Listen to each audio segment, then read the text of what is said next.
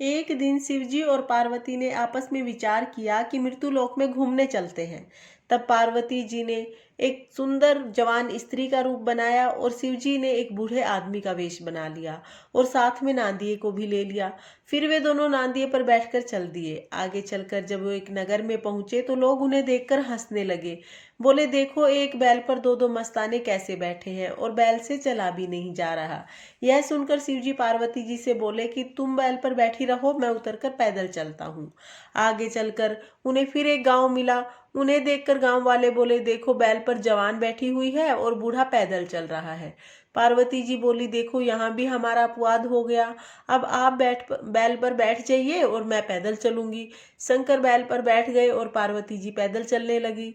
थोड़ी दूर जाने पर फिर गांव वाले बोले, देखो इस बुढ़े को, जो आप तो बैल पर बैठा हुआ है और सुंदर सी नारी को पैदल चला रहा है। तब शंकर जी बोले, हे पार्वती, देखो कैसे हैं लोगों को, कैसे भी चैन नहीं है, सब तरह से अपवाद ही अपवाद है। चलो अब हम दोनों ही पैदल चलते हैं। अब तो नंदी भी खाली चलने लगा। इस प्रकार कुछ दूर चलने पर ही लोग फिर से बोले, देखो कैसे मूर्ख हैं, सवारी खाली जा रही है और दोनों पैदल चल रहे हैं। शंकर जी बोले, पार्वती, इस मृत्युलोक में कैसे भी निभाव नहीं है। फिर आगे चलकर उन्हें एक गांव मिला जहां चारों तरफ भीड़ हो रही थी। बीच में एक घोड़ी पड़ी थी। यह देखकर पार्वती जी बोली, महाराज, यह भीड़ किस बात की है। शिव जी बोले, चलो इन फालतू बातों में हमें क्या लेना है। पार्वती जी पीछे पड़ गई और बोली कि बताओ भीड़ क्यों हुई है। शंकर जी बोले, घोड़ी के बच्चा होने वाला है, सो घोड़ी बहुत कष्ट में है, इसलिए यह सब भीड़ यहाँ पर इकट्ठी हुई है। पार्वती जी बोली, महाराज, बच्चा होने में बहुत कष्ट होता है, तो मैं यह कतई सहन नहीं कर सकूंगी, मेरे तो गांठ लगा दो। आगे चलकर उन्हें इसी हालात में एक गाय मिली। वहां पर भी लोगों की भीड़ हुई थी। यह देखकर पार्वती जी बोली, महाराज, यहाँ पर भी लोगों की भीड़ किस बात के लिए लगी है। शिव जी बोले, पार्वती, तुम्हें इन बातों से क्या मतलब है, यह संसार है, तुम इनकी बातों में ना पड़ो। पार्वती जी ने जिद कर ली, वह नहीं मानी। शंकर जी ने कहा, यहाँ गाय के बच्चा होना है, इसलिए गाय बहुत कष्ट में है। पार्वती जी बोली, बच्चा होने में इतना कष्ट होता है तो मैं तो कतई सहन नहीं करूंगी, मेरे तो गांठ लगा दो। फिर वे दोनों आगे चल दिए।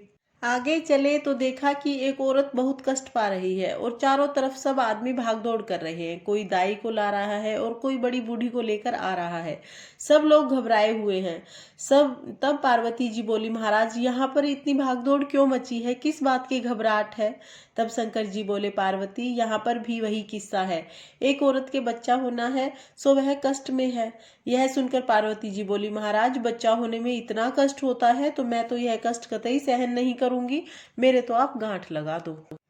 शंकर जी बोले, पार्वती, अब गांठ मत लगवाओ, आगे चलकर पछताओगी। वो नहीं मानी और हट कर बैठ गई। तब शंकर जी ने गांठ लगा दी और आगे चल दिए। शंकर जी अपनी ससुराल पहुंचे। वहां पर उनकी खूब आवभगत हुई और वे वहां 3-4 दिन रहकर चल दिए। तब शंकर जी रास्ते में पार्वती जी से बोले, पार्वती जी, सुनो, तुमने मेहमानी में क्या क्या खाया। पार्वती जी बोली, जो आपने खाया सो मैंने खाया। फिर वे दोनों एक पेड़ के नीचे आराम करने के लिए बैठ गए। पार्वती जी को नींद आ गई। तब शंकर जी ने पार्वती जी के पेट की परतें उघाड़ कर देखा। शंकर जी को पार्वती जी के पेट में सिर्फ बथुआ दिखाई दिया। जब पार्वती जी सोकर उठी तब शंकर जी उनसे पूछने लगे, तुमने हमसे झूठ बोला है, तुम्हारे पेट में सिर्फ बथुआ है, तुमने सिर्फ बथुआ खाया था और तुमने हमसे कहा कि तुमने वही खाया है जो हमने खाया है। तब पार्वती जी बोली, हे भगवान, मैंने झूठ नहीं बोला है। एक स्त्री का ये फर्ज होता है कि वह पीहर की बात सासरे में ना बताए और सासरे की बात पीहर में ना बताए, क्योंकि पीहर और सासरा दोनों की ही लाज स्त्री को रखनी पड़ती है। अब मेरी आपसे यह विनती है कि आप मेरे पेट की परतें सील दीजिए, आगे से कोई भी किसी स्त्री के पेट की बात ना जान पाए। इसके बाद वो दोनों वहां से आगे चले। आगे चलकर देखा कि उसी गांव में खूब बाजे बज रहे हैं, ढोल नगाड़े बज रहे हैं, औरतें जच्चा बच्चा गा रही हैं, खूब सज धज रही हैं, कुआं पूजने जा रही हैं, संग में सहेली मंगल गीत गा रही हैं। यह देखकर पार्वती जी बोली, महाराज, यहाँ ऐसे मंगल किस बात के हैं। शंकर जी बोले, यह वही गांव है जहाँ औरत कष्ट पा रही थी, उसके लड़का हुआ है, सो खुशियां मनाई जा रही हैं, कुआं पूजने के लिए जाया जा रहा है, खूब गाजे बाजे बज रहे हैं और मंगल गीत गाए जा रहे हैं। तो पार्वती जी बोली कि यह सुख मैं भी देखूंगी, ऐसा सुख कहाँ मिलेगा, यह तो औरतों का सबसे बड़ा सुख होता है। यह कहकर वह इस बात पर अड़ गई कि मेरी गांठ खोल दो। तब शंकर जी ने गांठ खोल दी। आगे चलकर उन्हें वही गाय मिली जिसका बच्चा दूध पी रहा था और गाय उसे चाट रही थी। लोग दूध काट रहे थे और बच्चा खूब उछल कूद रहा था, सो वह बहुत सुख मान रही थी। यह देखकर पार्वती जी बोली, महाराज यह सुख मैं कब देखूंगी। यह कहकर उन्हें फिर हठ पकड़ लिया कि शिव जी महाराज मेरी गांठ खोल दो। आगे चलकर उन्हें फिर वही घोड़ी मिली, उसका बच्चा उछल कूद रहा था, घोड़ी बड़ा सुख मान रही थी। पार्वती जी बोली, महाराज यह सुख तो मैं भी देखूंगी, सो पीछे पड़ गई कि मेरी गांठ खोल दो। इस प्रकार उन्होंने तीनों गांठ खुलवा ली। वहां से आगे चलकर क्या देखें कि एक शहर में स्त्रियां खूब सज धज कर पूजा करने जा रही हैं। सो पार्वती जी बोली, महाराज आज क्या बात है जो सारी औरतें इतनी सज धज कर पूजा करने जा रही हैं।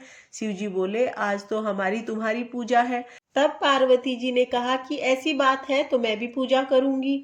वे दोनों एक अच्छी सी जगह देखकर एक वृक्ष के नीचे बैठ गए और बालू के ईसर गोरा बना लिए और एक बर्तन में बांटने के लिए बहुत सारा सुहाग बनाकर रख लिया। अब तो शहर में खूब हल्ला मच गया कि शंकर पार्वती जी आए हैं और पार्वती जी सबको खूब सुहाग बांट रही हैं। तो औरतों के झुंड आने लगे, पार्वती जी सुहाग बांटने लगी। तब शंकर जी पार्वती जी से बोले, पार्वती जी तुम फिर पछताओगी, अभी तुम्हारी असली सहेलियां नहीं आई हैं।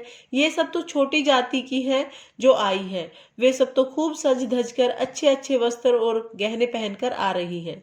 थोड़ी देर बाद पार्वती जी आंख उठाकर देखे तो वास्तव में उनकी सब सहेलियां खूब सजी धजी धीरे धीरे से गीत गाती हुई आ रही थी।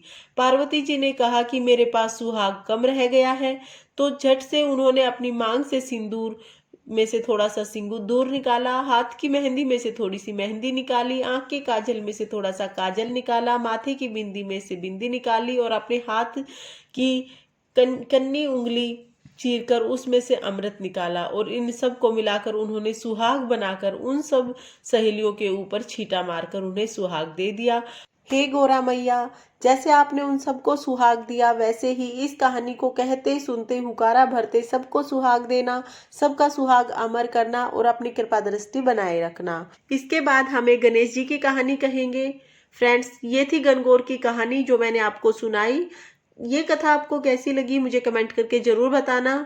देखने के लिए बहुत बहुत धन्यवाद।